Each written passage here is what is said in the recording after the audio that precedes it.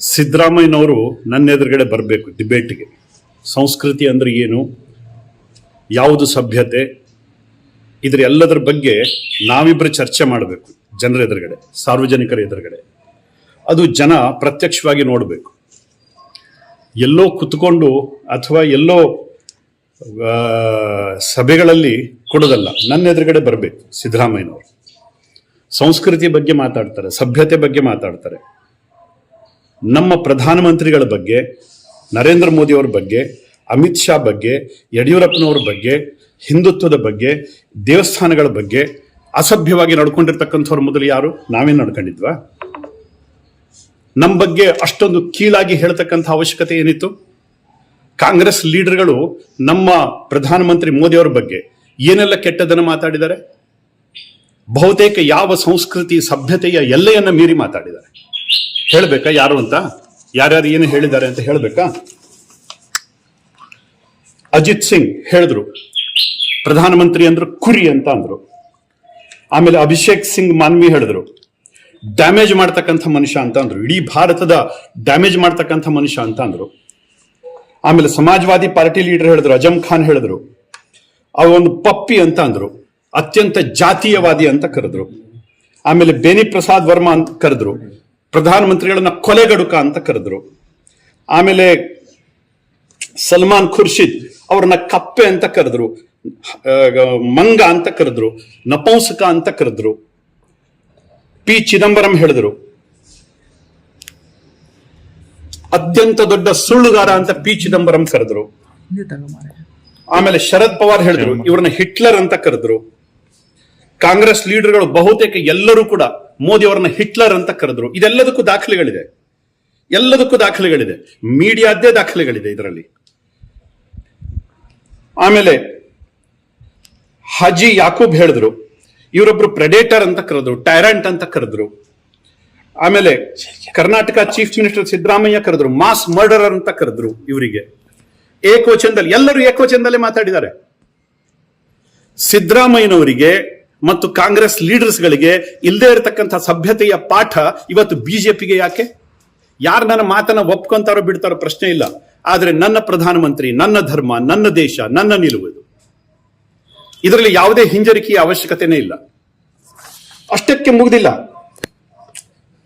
ಜಯರಾಮ್ ರಮೇಶ್ ಹೇಳಿದ್ರು ಪ್ರಧಾನಮಂತ್ರಿಗಳನ್ನ ಭಸ್ಮಾಸುರ ಅಂತ ಕರೆದ್ರು.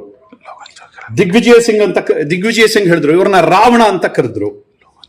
ಆಮೇಲೆ ಕಾಂಗ್ರೆಸ್ ಲೀಡರ್ ಮಣಿಶಂಕರ್ ಅಯ್ಯರ್ ಅವರನ್ನ ಹಾವು ಅಂತ, ವಿಷಸರ್ಪ ಅಂತ ಕರೆದ್ರು.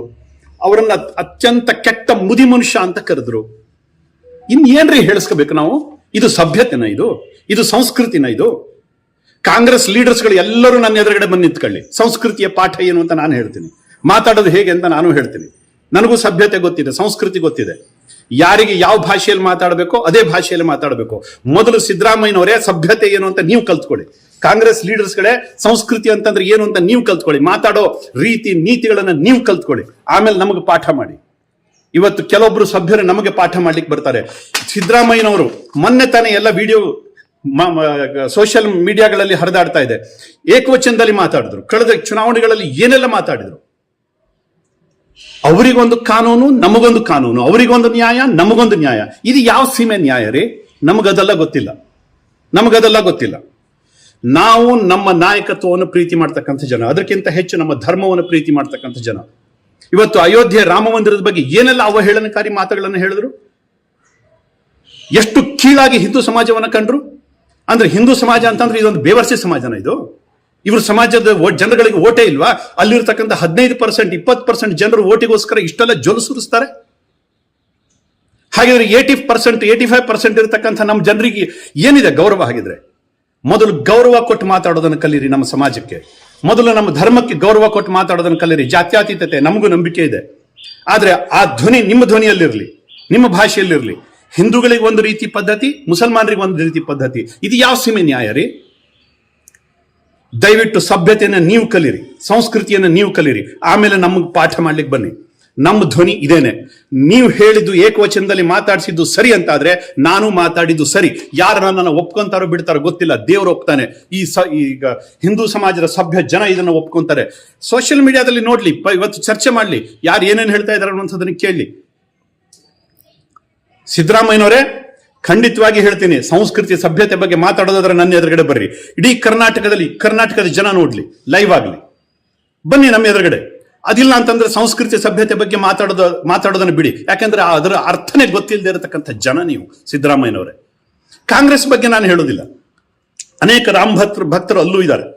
ತುಂಬಾ ಜನ ಪ್ರಾಮಾಣಿಕವಾಗಿ ಇವತ್ತು ಕೂಡ ಸೇವೆ ಸಲ್ಲಿಸ್ತಾ ಇದ್ದಾರೆ. ಆದ್ರೆ ಸಿದ್ದರಾಮಯ್ಯನಂತಹ ಧರ್ಮಲಂಡರ್ ಬಗ್ಗೆ ನಾನು ಹೇಳ್ತಾ ಇದ್ದೀನಿ, ಧನ್ಯವಾದಗಳು.